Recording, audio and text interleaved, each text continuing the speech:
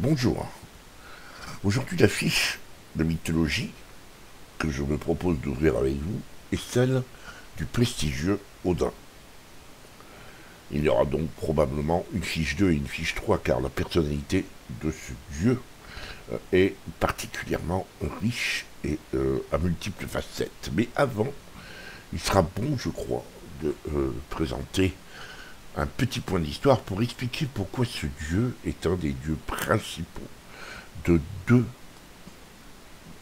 mondes que l'on aurait tout intérêt à séparer. Je parlais de celui des Germains et des Scandinaves. Mais commençons d'ailleurs par ce petit point d'histoire. Au début était l'Europe. L'Europe avec ses premières peuplades tellement lointaines dont on ne se souvient pas vraiment du nom. L'arrivée des Indo-Européens par l'ouest, avec des tribus aussi, ont donné l'emplacement de tribus aussi variées que effectivement les Celtes et les Germains. Euh, c'est assez grosso modo que je vous parle, que je vous explique ça. Le but n'est pas de faire de l'histoire des migrations européennes, cette fiche mythologique. Donc les Celtes, je vous les ai situés sur la carte pour vous situer exactement ce qu'il en était. Les Germains, eux, occupaient cette place en rouge. C'était une tribu relativement hétéroclite, avec un ensemble, une mosaïque de petites tribus, mais la peuplade des Germains, donc, avait déjà les prémices de sa religion, qui tournait autour de Donar, Thor, Odin, Hel, Baldur, etc.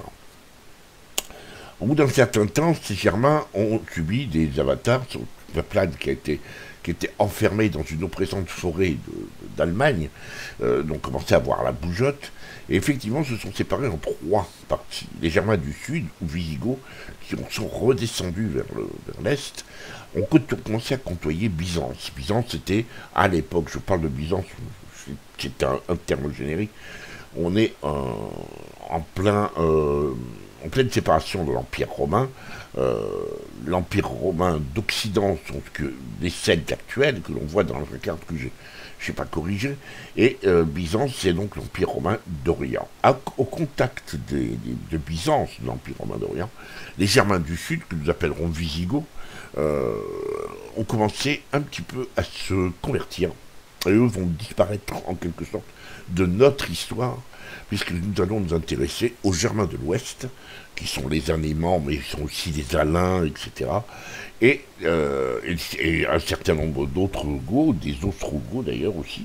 Et puis les Germains du Nord, qui eux partiront vers la péninsule scandinave, Danemark compris, et s'installeront là. À partir de ce moment-là, les Germains du Nord et les Germains de l'Ouest ont la même religion, mais les dieux n'ont pas la même importance. Ainsi, par exemple, Odin va avoir une particularité beaucoup plus grande chez les Germains de l'Ouest, alors que Thor sera beaucoup plus centralisé, les Vikings seront un petit peu plus centralisés sur Thor. Il faut savoir que quand Tacite parle au IIe siècle des Germains, il parle des Germains de l'Ouest, et il explique que c'est sur le cri de Wotan que les Alains ont tenté à plusieurs reprises de passer la rivière, le Limay, qui séparait l'Allemagne, enfin les Germains, de l'Empire romain. Le Limay, c'était cette frontière qui sépare dans cette carte-là, tout à la fois les jaunes, la partie jaune et la partie verte. Nous allons nous intéresser à Odin et comment dirais-je, je me permets de vous raconter une petite histoire, je me permets de vous raconter une histoire qui va vous expliquer les bases, qui va vous expliquer ce qu'était Odin aux yeux des Scandinaves. Avant de faire ça, il faut quand même faire un petit parallèle avec Wotan. Il faut savoir que en anglo-saxon, on ne dit pas Wotan, mais Woden, et que Woden a tout simplement donné, étant un peu un mot ancêtre, qui a donné entre autres Wednesday en anglais, qui veut dire mercredi, et mercredi c'est le jour de Mercure, ce qui fait qu'on a facilement fait la relation entre le Odin des Germains et Mercure, le dieu le dieu grec romain surtout. C'était à la base Wotan n'était qu'une divinité secondaire chez les Germains, et c'était une sorte de démon de la tempête. Et c'est une croyance répandue dans tous les pays germains quand certaines nuits d'orage, l'air était traversé par le galop tumultueux d'une troupe mystérieuse dans laquelle on croyait reconnaître les fantômes des guerriers morts. C'était l'armée furieuse à laquelle certaines légendes donnaient ici l'appellation de chasse sauvage. Et cette armée furieuse, il fallait bien un chef. Donc, le nom devait être dérivé du mot même que dans toutes les langues germaniques on exprimait la frénésie, la fureur, en allemand moderne, wüten, faire rage. On dit donc Vaudre, wüten et Wotan. Donc effectivement le passerelle était assez facile à faire. Chez les Scandinaves, Odin était une des personnalités les plus complexes des divinités nordiques. Il est présenté, selon les sources mythologiques, comme le premier de tous les dieux. Dans ce panthéon nordique, est connu sous le nom de Père universel. Il n'était pas toujours bienveillant. Bien au contraire, il était aussi mesquin que puissant, aussi perfide que magnanime, et même s'il était respecté et vénéré, il n'inspirait pas une confiance aveugle pour les humains. En fait, c'était un personnage terrifiant pour tout dire. Borgne, il portait un grand chapeau noir à large bord pour éviter d'être reconnu quand il se promenait parmi les humains. Il posait le pied sur Midgard pour distribuer les bons conseils et la victoire. Ses dons sont innombrables. Ils font allusion à ses différents traits de caractère et à ses différents rôles. Il est connu... mais s'excuse pour l'accent, il n'est pas forcément juste, hein, mais connu sous le sobriquet du Père universel, donc, Alfodor, le Père du massacre, Valfodor, le Dieu des pendus, Angagud, Dieu des prisonniers, Aptagud, et Dieu des marchandises, Pharmagud. D'ailleurs, au Dieu des marchandises, on tire un parallèle avec Mercure, qui était le Dieu des marchands.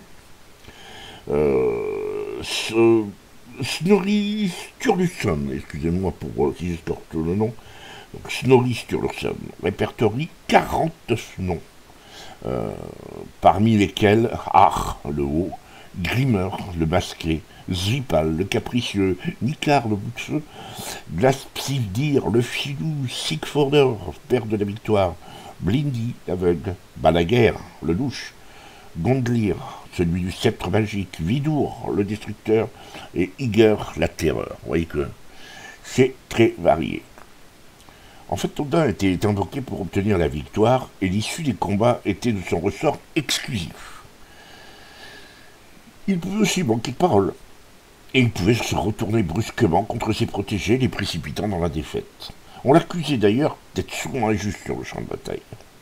Son intérêt en tant que dieu de la guerre était de semer la discorde, et il y excellait plutôt bien dans ce domaine. En fait, Dieu était un maître de magie qui ne reculait devant rien pour acquérir Odin, était un maître de magie qui ne reculait devant rien pour acquérir de nouveaux pouvoirs surnaturels. Et s'il était borgne, c'est qu'il avait, disait-on, donné un œil en gage pour pouvoir boire au puits de Mimir, situé sur les racines de l'Yggdrasil. L'eau de ce puits conférait inspiration et connaissance à quiconque en buvait. Voilà pour Odin. Voilà pour ce premier aspect d'Odin. Je me propose dans une prochaine fiche de lecture de vous raconter une histoire qui sera, à mon avis, symptomatique de ce que Odin peut faire. Mais avant, et on s'arrêtera là, parce que c'est une fiche rapide, hein, laissez-moi vous parler de la lance d'Odin. On l'appelait Gungnir. Elle avait été spécialement forgée par les gnomes. C'était l'arme dont il usait pour provoquer ou éteindre une querelle. Ceux qui mouraient d'un coup de lance étaient consacrés à Odin et partaient rejoindre le Valhalla. L'un des nombreux sobriquets d'Odin était seigneur de la lance, et Gungnir, sa lance magique, ne pouvait être détournée de sa cible. Odin commandait au point de non-retour le moment où la lance quitte la main du lanceur et ne peut plus être rattrapée. Une phrase de l'initiation des jeunes gens consistait à projeter une lance par-dessus l'armée ennemie. On disait que ce jet était le fait du dieu de la guerre lui-même qui se tenait derrière ses protégés. Les armées adverses pouvaient elles aussi se vouer à Odin en projetant également une lance. Quiconque mourrait d'un coup de lance partait rejoindre Odin et partait le servir. Voilà. De même, on transportait le corps des êtres qui devaient être sacrifiés pour s'assurer leur arrivée au Valar. Un noble mourant sans blessure et qui souhaitait se rendre au Valar, et non dans le pays de ceux qui mouraient dans leur lit, elle, se faisait lacérer par une pointe de lance. Ainsi était-il marqué pour Odin. Vous voyez que ce personnage est particulièrement... Cette histoire, je l'aime beaucoup parce que euh, elle accroche Odin réellement dans les croyances et on n'est plus sur le dieu barbu chevelu un petit peu miraculeux qui domine un petit peu. On le voit très actif dans le monde des humains. Il pouvait se métamorphoser à volonté d'ailleurs. Il volait dans les airs sous les traits d'un aigle. Son esprit pouvait se transformer en un clin d'œil en un autre lieu, transporté en un autre lieu. Et ses pouvoirs magiques en faisaient un adversaire redoutable car d'un simple mot, il pouvait apaiser la mer, éteindre le feu ou changer le cours du vent. Là, on retrouve le Odin plus proche de Zeus et de Jupiter. On disait enfin de lui qu'il ne parlait qu'en vers et que l'inspiration poétique était accordée aux hommes uniquement par ses soins. C'est ainsi qu'il accorda à l'un de ses protégés, du nom de Starkad, le pouvoir de composer de la poésie aussi rapidement qu'il prononçait des mots. Voilà pour cette première fiche sur Odin, une sorte de manière de pousser le débat. On se reverra sur Odin d'ici quelques temps, peut-être pas la prochaine fiche mythologique, mais j'avais envie de parler de ce dieu que je trouve particulièrement intéressant, et surtout de ses facettes qui sont moins connues que ces fameuses facettes qu'on vous raconte ici et là, avec justesse d'ailleurs.